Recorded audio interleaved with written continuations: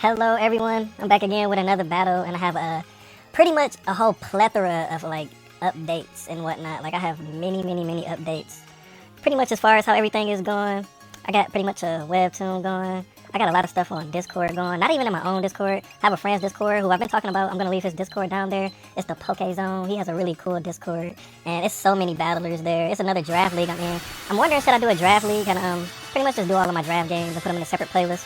Maybe not though, because the league is kind of like I already missed 2 battles as far as like battles that were supposed to go on. I mean, one was kind of my fault. The last one was kind of like, well, really is going on now, but I guess he's not around. So yeah, maybe I'll do it next time, next draft I'm in. But yeah, it's a lot going and whatnot. Lately, I've been just upgrading my apartment. Like it's really home to me right now. It's like a bunch of posters. I'm an anime fan. I got a bunch of gaming posters as well. Let's see. So I have one side of my wall. We have my favorite female characters. And on the other side of the wall, we pretty much have my male characters. And I'll just point out some of those. I have a Jin Kazama, have Spider-Man, have Mega Man, and I have Edward Kenway from Assassin's Creed. That's my males over there. Everything is still not 100%. I still have many posters to get over there. I don't even have my boy Sasuke Uchiha. I don't have him there.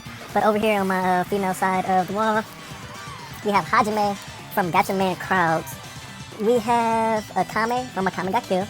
We have Claire from Resident Evil, like the series. She was in, I believe, 3 games. Maybe 3. She was in 2. And she was in Code Veronica, so 2 games and a couple different movies she was in. And then we have our girl 2B from Nier Automata, and above her we have Maka from Soul Eater. So we pretty much have a lot of things going on. And recently in Soul Eater, I had seen pretty much Soul. He pretty much got his final form, the Death Scythe. If you don't know about Soul Eater, pretty much the whole plot. He wants to get 100 souls so he can go into his final form. And apparently he just reached that form in the manga. So if you watch Soul Eater, sorry that I kind of ruined it a little bit, but yeah, you would definitely end up reading it, and if you're a real fan, you're probably like, yo, this is old news, dude. But yeah, so yeah, it's a lot going on as far as everything. I got a fortune cookie today. It told me that romance will lift my spirits in life, and it's like, duh, come on now. But yeah, so I have a fortune cookie, and I got that from Panda Express. I got a bunch of food. It was all really good. I got a bunch of different combinations. I guess Panda Express does like all these different type of variation, like meals, and yeah, I totally got like 4 separate trays. The one I ate earlier was just really good. I believe it was shrimp with like chow mein and like fried rice. It was really good. Basically, I've been, oh, that's another thing going on right now. I'm actually starting to fast. So I'm on a 16 to 8 ratio. So that's 16 hours of the day where I'm not eating, then 8 hours of the day, which I can eat. And of course, you're not eating that entire 8 hours. So it's kind of like just mixed in between there. And yeah, my hours for that is 6 p.m. and 2 a.m. Just something I'm getting into. Apparently, it's very healthy, very, all the 3 points of life, like physical, mind, body, soul, all that stuff. But yeah, it's like really cool. I was just reading about it and I'm like, I might as well give it a try. So yeah, giving that a try. I just got done with a light workout. It was super light, but kind of like a little workout and whatnot. So yeah, so I'm gonna leave LaFlair's Discord down there. Oh, another thing, webtoon. Yeah, totally gonna put that back up there. Yeah, like totally. I was gonna it's gonna be back up very soon. My initial feedback was the wording was kind of weird, and how I would explain that is the British thing there. Like I wanted to come off with a British accent, like a British type theme, and this was only chapter 1, just kind of like a test. And I guess I wasn't pulling it off good, so I'm gonna reword it.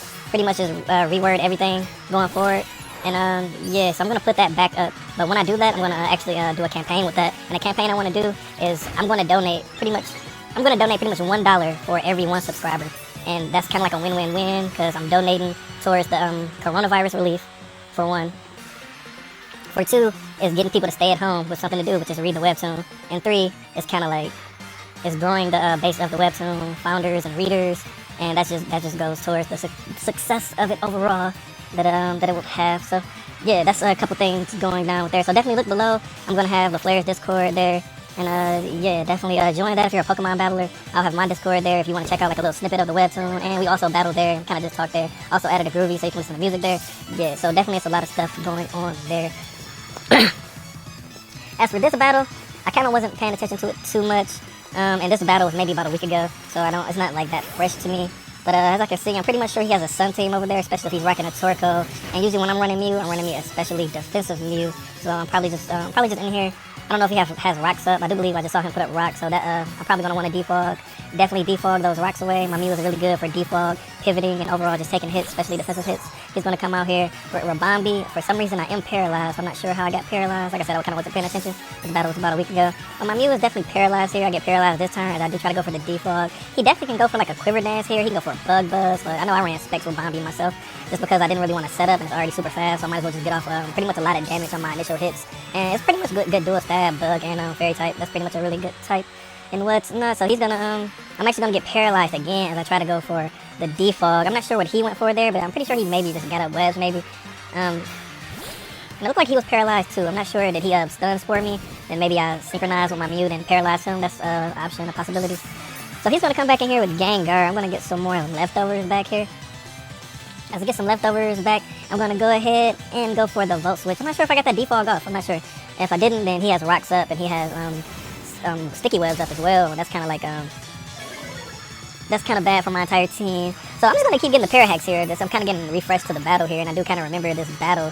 And yeah, these Parahacks were a big problem. So I'm actually gonna, instead of still trying to pivot out of here with my Mew, I do want to defog everything away. So I do think I want to save Mew just for that reason. I'm actually gonna switch out into my Arcanine, who's very bulky Arcanine. He's gonna easily be able to take a Shadow Ball, even if it's a Spec Shadow Ball. I'm definitely gonna be at least taking 2 for sure. So I'm gonna take that easily, get some leftovers back. Following turn, I probably will want to either heal here or go for an attack and go for a flamethrower. So he's actually going to switch out Gengar. I'm not sure his entire team here, but it seems like around a little bit of weather, because he's definitely coming in here with Torkoal once again.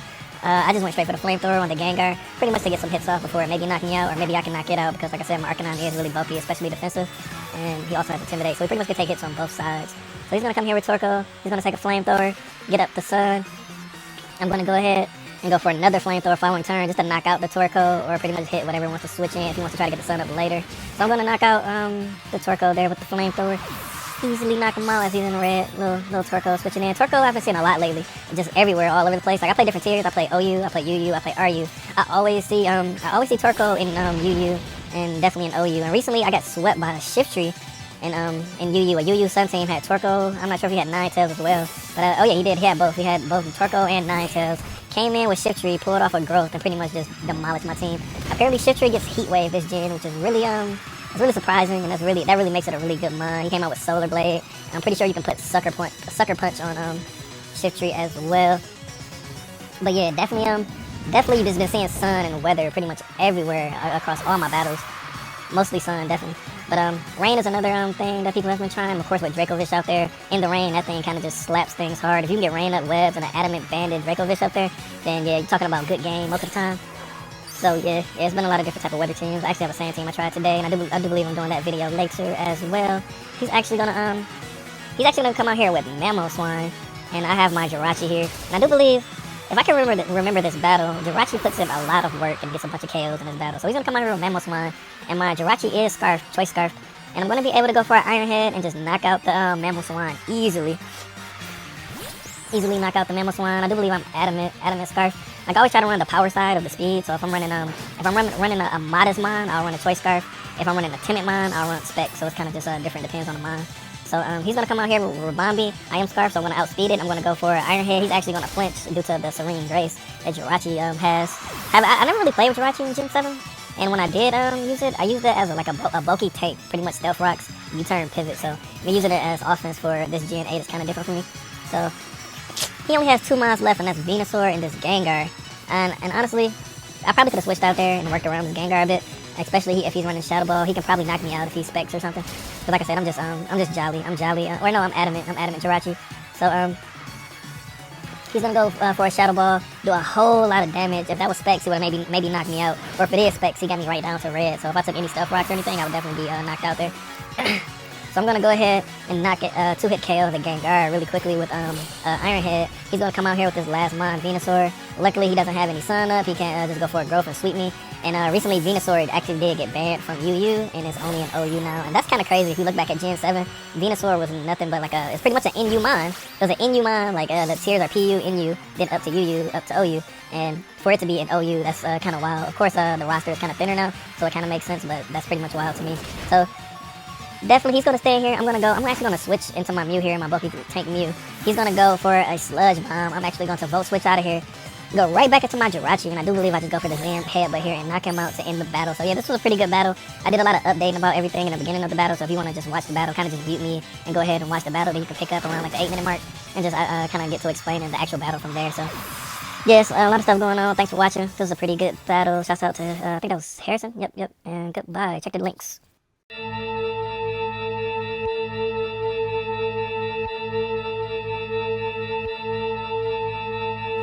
New wings of the night when I'm cruising. Brigade on the night of a gazer. Sweet pussy kill, not ignore later. Come on right now like the Lakers. Can't saber cutter like Vader. A mazer in the labyrinth, facts and paper.